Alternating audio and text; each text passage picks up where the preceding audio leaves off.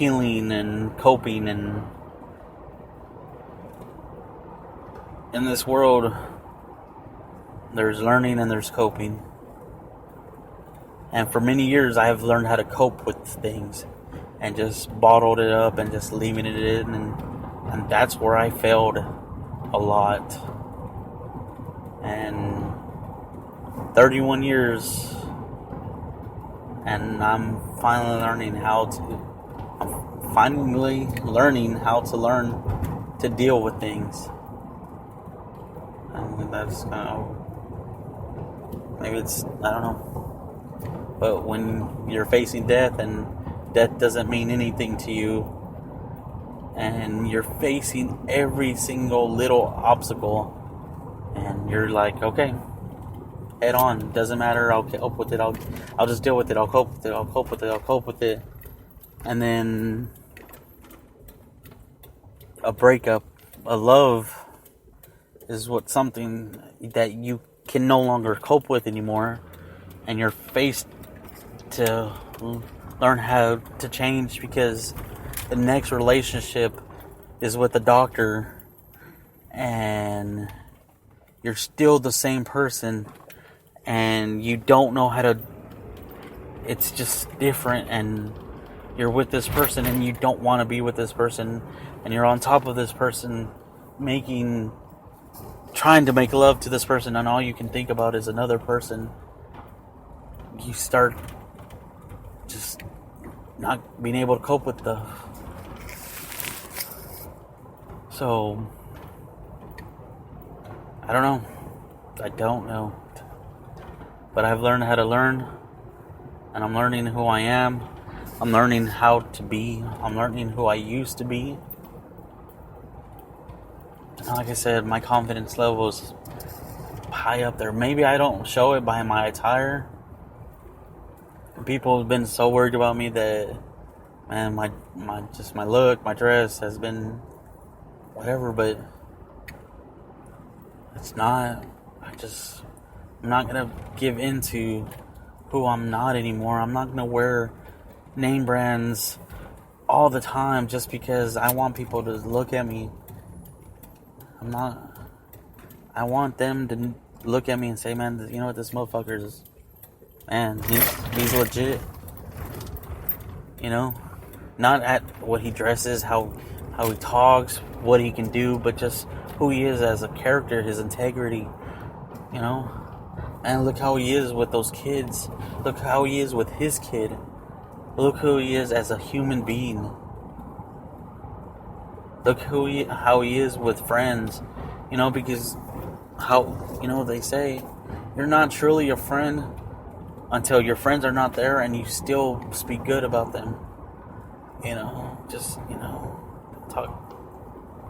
So, now I'm just, like I said, I'm going on, and like I said, I'm not good at talking about feelings that are my own, but I'm tired of getting calls from different people, and I'm sorry that I had some people worried about my health, my illness, and I don't have an illness anymore. It's not a hindrance, it's not an issue, because it's not. I had cancer and I fought it and I won. I'm a fighter. That's who I am. Maybe it'll come back, maybe it won't. Oh well. You know, I got better things to live for right now. I gotta live for my 10-year-old daughter that's about to be 11. And since November 18th, I have not spoken to my daughter or seen my daughter. And it sucks. And it sucks because it just sucks, and I'm not going into it, but you know what? She has a good mom, and her moms, we're not all perfect. I know there's nothing I can say or do, and that's all I can say or do. I'm not going to get into it, but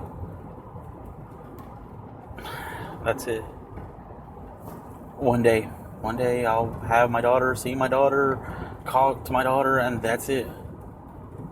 But it's not the first time this happens where I go months without seeing my daughter, but it is what it is. And like anything, it weighs on people's hearts. It weighs on my heart. And I've learned how, for the longest time, to cope with it. But I'm learning how to fix it, to make me stronger, make me better. And just like this bad breakup that I went through, I'm learning how to be a better person for if I get a second shot, or the next person that deserves to be in my life. Other than that, I'm just here. So, I'm sorry if I don't there was so many questions that I was trying to answer and whatever, but I'm working on me. And I didn't know there was that many people that was actually concerned about my well-being, but I am working on me. My confidence has gone up. Didn't really realize it, and I was trying to run from it, but I've been working my ass off to being my old self again. I'm working on my weight, and I'm going to be skinnier. I'm probably not to be the skinniest, but you know what? I'm working my ass off. And like I said, from 400 pounds to 280, less than a year, I know how to. I'm doing pretty good. Because let's just say, my divorce got finalized in July of 2015. So, and I met Zaina in August. So, I've been working my ass off, doing everything I can to better. So,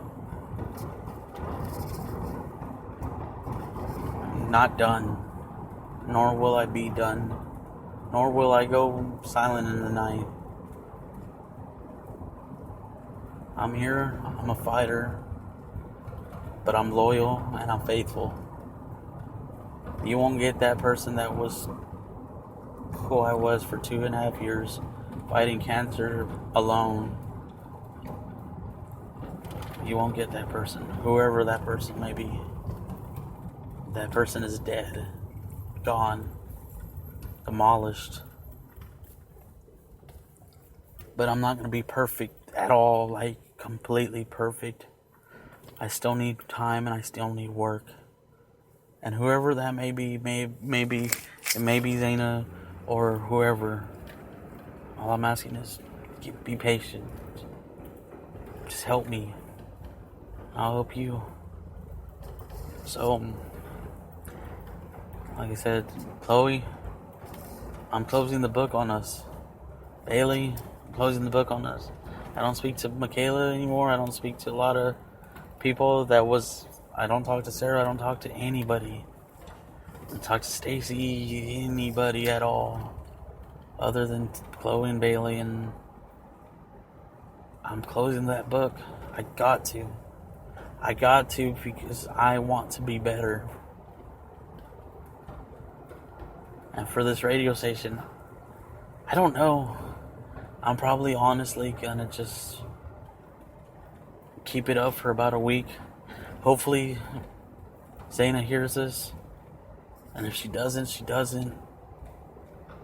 And I'll just go on the what ifs and hopes and prayers. But if you do hear this, you hear this, and hopefully it just kind of touches your heart a little bit. And like I said, I'm not trying to do anything. I'm not trying to, let me say some shit just to make you want me back.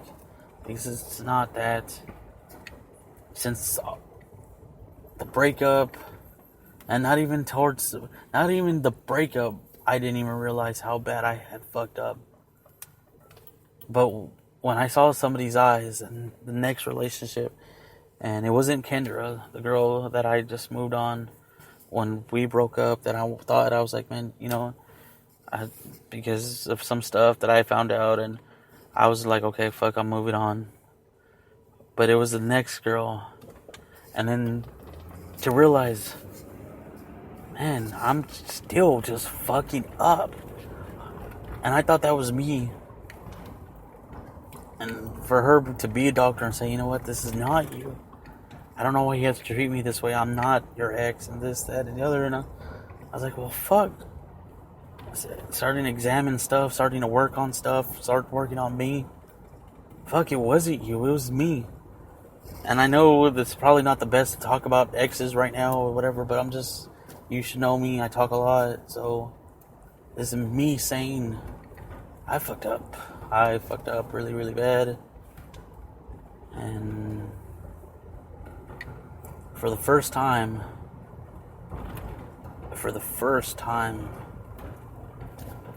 and a lot of my friends know the story of how I fucked up, was I cheated. Just point blank, I cheated. I got drunk one night and slept with some just random bitch. And it tore me apart. It didn't tear me apart because I cheated on her, because I cheated. I thought I would never be that guy, and I was that guy, the cheater. Because with the doctor, I told her I didn't want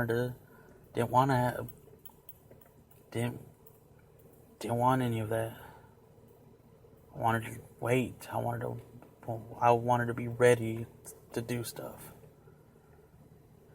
And when I realized that it wasn't the girl I was with, nor was it you, man, it was weird. And it was weird. And I'm probably making all this worse, and I don't even know. But I'm just clearing the air, I guess. I don't even know. I don't know. There's no point in me talking about this. But, I fucked up, and I fucked up. But like I said, I'm still working on me, still evaluating myself, still trying to work on me, and that's all I can do.